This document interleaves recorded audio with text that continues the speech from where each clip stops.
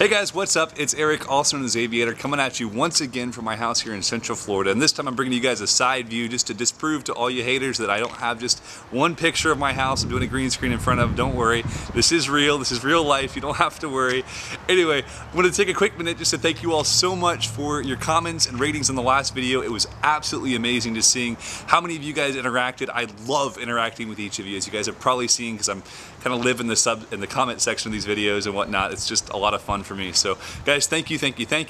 But at the end of the last video, I talked about something. I kind of teased the subject and asked you guys one question. I asked you, would you rather hear more about my epic motorcycle adventure where I left from Tennessee and rode from Tennessee to Pennsylvania to Florida to San Diego, or excuse me, to Alaska to San Diego and all the way back to Tennessee again? It took about 4 months of my life. It was about 14,000 miles, tons of crazy adventures, really cool stuff. Or if you guys would rather hear more about my surf trip where I left in a 1970 Volkswagen Bug in Orange County, California, God, I can't speak today, and rode all the way up to Seattle and then back again, surfing all the way north, all the way south, had a great time. But along the way I had a slight mishap. For some reason I got the idea that you could surf your Bug if you parked it on the beach and let the waves roll in. So you guys all wanted to hear more about that story instead of the cool stories, you know, the crazy adventures on the trip to Alaska. Let's not talk about the 2 accidents I had on my motorcycles on that trip. But you know, you guys didn't want to hear about that stuff. No, you want to hear about me destroying my favorite car ever. It's okay, I get it. I'm going to take your advice. I am going to record that video for you right after this clip. You guys are going to go right into some explanation for that story, hopefully some backstory and whatnot, and actually some pictures as well. I hope you guys will enjoy some of my photos. So guys, thank you so much for being loyal subscribers. You're freaking awesome. I'm blown away by all of you. Keep eyes open. Monday, I'm going to be bringing you guys Music Mondays, where I'm going to put some Call of Duty gameplay with some unknown artists, and I do want you all to be filling me in on the artists that you think should be in there, people I don't know about yet, because there are plenty out there, and I want to learn more. So guys, thank you so much. I hope you enjoy the video that's coming next, and definitely leave me a like or a rating or a comment or something. Send me a message. I'm doing my best to stay in contact with all of you guys despite the 7,000 emails I've had from YouTube in the last month. So guys, thank you so much. I'll talk to you very soon. See you later. The VW is so well put together, it's practically airtight.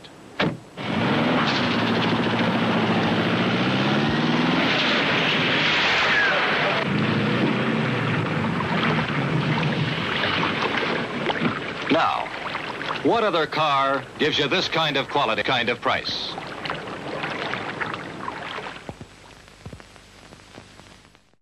Hey guys, what is up? It is Eric, also known as Aviator, coming at you once again.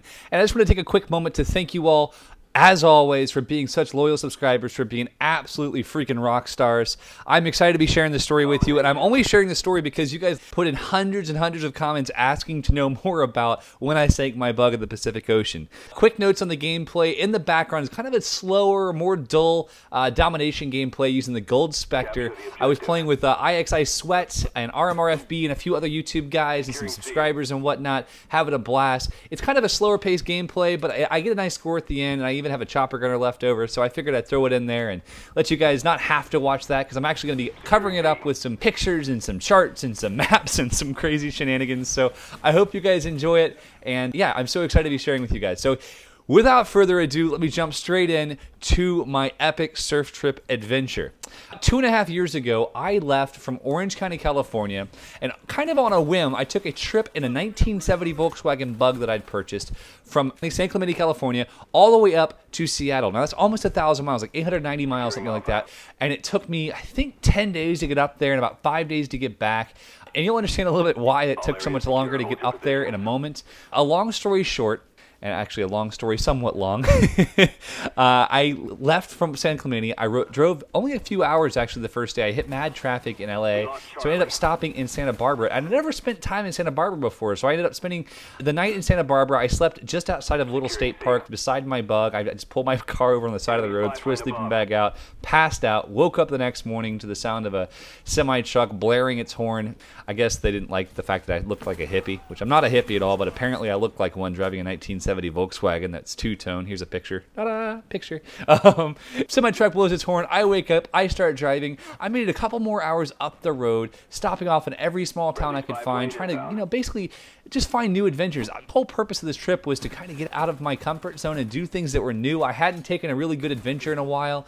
The last one had been my trip to Alaska on the motorcycle I talked about earlier, and I think that had been about 2 years before this, so it was time. It was really high time to get out and take a break and really experience life. So I'd moved out to California about a year before this. I just fallen in love with the area and had started surfing, and so I said, hey, I want to surf every cool surf spot from here to Seattle. I want to find every little hole in the wall. So every time I see a dirt road off the highway, and mind you, I'm on the Pacific Coast Highway, which hugs the coast of California all the way up. So every time I see a dirt road that would kind of cut off toward the beach, I took it, and I've had all kinds of crazy adventures.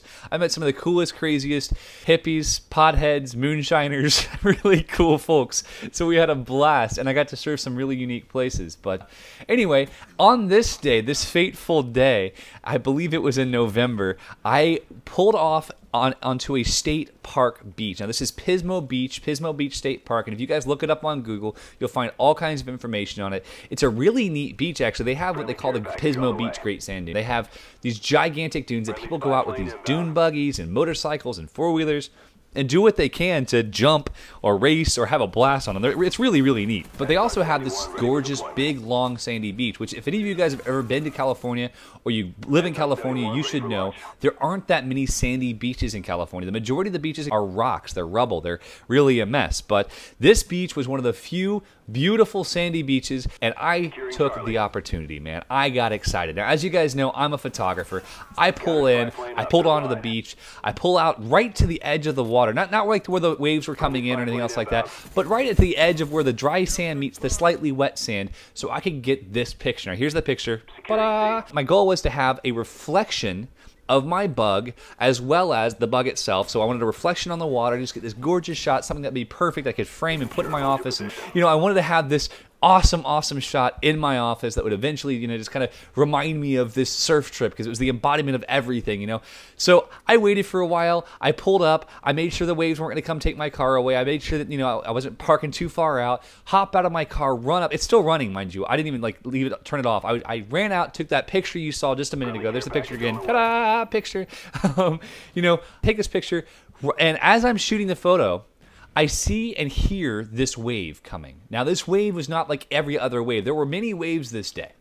Waves that were coming up to my car that were about an inch high, half an inch high, just really tiny little ripples basically off the waves.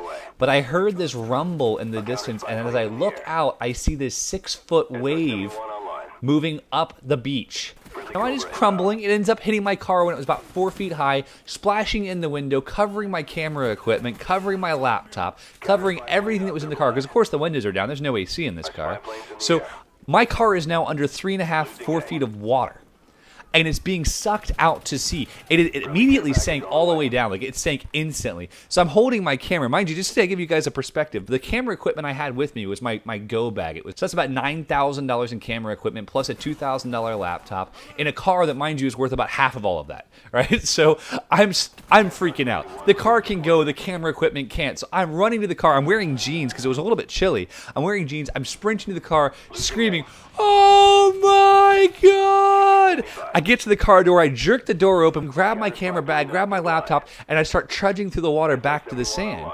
And I get to the dry sand, and now I'm trying to think to myself, okay, how do we get the car out? How do we get the car out? I run, jump in the car. It's still running, by the way. No idea how, to this day. Push the gas pedal when it goes, bloop, bloop, bloop, bloop, bloop, bloop. So obviously it didn't like the idea of running anymore because it was full of seawater. So I start sprinting back to the guard post.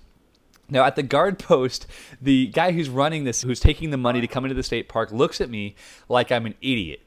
He gives me a card. He doesn't offer help. I yell, I need a tow truck, I need something. He gives me a card. He goes, "Here's the tow truck operators. This happens all the time." And I'm like, dude, no. It hasn't been sucked out to sea. It's not too far out there. It's only under like 3 feet of water. We can get it right now. I just need some help. Well, call them. They'll be here in an hour or two. I was ready to kill the guy. I was so pissed. I said, "Aren't you supposed to be a public servant?" So I ended up running up to this little parking lot where this guy was sitting there with a Chevy Avalanche and convinced him to help me. Now, mind you, the gate agent let him through, so he wasn't the meanest guy ever. He didn't make him pay admission. But this guy ends up helping me get my car towed out. I end up diving underneath the water, wrapping the rope underneath the axles, pulling this car all the way out of the water. It was insane. I mean, this is literally one of the craziest moments ever. And then I got to go on, of course, and try to make the car run again because I still had to get to Seattle. So all this to say, don't park your car on the beach ever, even when there's no way in heck that it's going to get swamped, because chances are, even when there's no way in heck, it's still going to get swamped. And it really, really, really sucks. So guys, that's my story about getting my car stunk. It went on much, much longer than this, I have to tell you. We ended up taking, I guess, almost 5 days to make the car run properly. It was actually running again that night. That's the beauty of these old cars. They're very easy to work on, and I'm pretty handy. So I was able to get it to run. I drove it a couple hundred more miles, running on 3 cylinders, having major issues, and found a mechanic that became my hero. Seriously, if I ever see this man again, I will buy him a drink or kiss him or something. He is the man. And yeah, there's so many great stories about this trip. I'll have to maybe continue this later.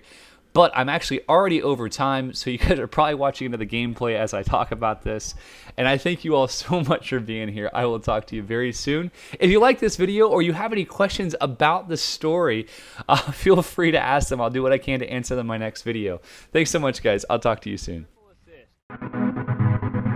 Hey guys, one more thing I need your advice on. I have a video that I made on that surf trip. I mounted a plethora of different GoPro Hero cameras all over my Bug while driving through the redwoods. Now, it's set to some music. It's a pretty cool video.